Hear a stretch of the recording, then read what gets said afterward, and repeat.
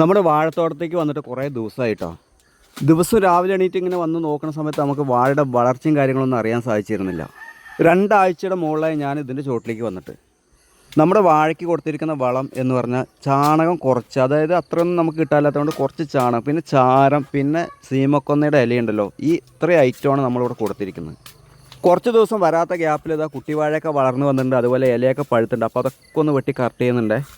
നമ്മളിതിൻ്റെ ചോട്ട് കൂടെ ഒന്ന് ചുറ്റിപ്പറ്റി നടന്നാൽ തന്നെ വാഴയൊക്കെ ഒന്ന് നല്ലൊരു ഉഷാറാണ് കേട്ടോ. നമ്മൾ ഈ വാഴ വെച്ചിട്ട് ഏകദേശം 7 മാസമായിട്ടുണ്ട്.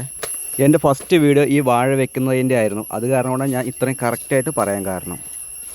3-4 ഐറ്റം വാഴയുണ്ട്. വെക്കുന്ന സമയത്ത് കറക്റ്റായിട്ട് ഇന്നതെന്ന് മനസ്സിലായിട്ടുണ്ടായിരുന്നു. ഇപ്പോൾ എല്ലാം ഏകദേശം ഒരേപോലെയാണ്. അത് കാരണം കൊണ്ട് ഇനി കൊല വന്നാലേ എനിക്ക് മനസ്സിലാവുള്ളൂ കേട്ടോ.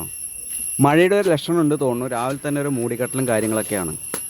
പഴുത്ത ഇലകളിങ്ങനെ വെട്ടിക്കളയുമ്പോൾ വാഴ പെട്ടെന്ന് വളരുന്ന പോലെ ഒരു ഫീൽ എനിക്ക് തോന്നിയിട്ടുണ്ട്. തുരപ്പൻ്റെ ശല്യം കൂടുതലായിട്ടുള്ളൊരു ഏരിയയാണ് കേട്ടോ അത്. നമ്മുടെ കപ്പയുടെ ഇല എന്താ വാടിയിരിക്കുന്നത് പറഞ്ഞ് നോക്കിയാണ്. ഇതാ വെച്ച കപ്പ കഴങ്ങ് പിടിക്കാനായിട്ടുള്ള അപ്പോഴേക്കും വന്നവൻ മാന്തി അവന് വേണ്ട സാധനം എടുത്തിട്ട് പോയിട്ടുണ്ട്. ലോകത്തെ എല്ലാ ജീവജാലങ്ങൾക്കും ജീവിക്കാനുള്ള അവകാശമുണ്ട്. അത് കാരണം കപ്പൻ്റെ ഒരു കഷ്ടം പോയി എന്ന് പറഞ്ഞിട്ട് നമുക്ക് കാര്യമാക്കാനൊന്നുമില്ല. അപ്പോൾ വീഡിയോ ഇഷ്ടപ്പെട്ട ലൈക്ക്, ഷെയർ ചെയ്യുക, സബ്സ്ക്രൈബ് ചെയ്യുക. വീണ്ടും കാണാം. ബൈ.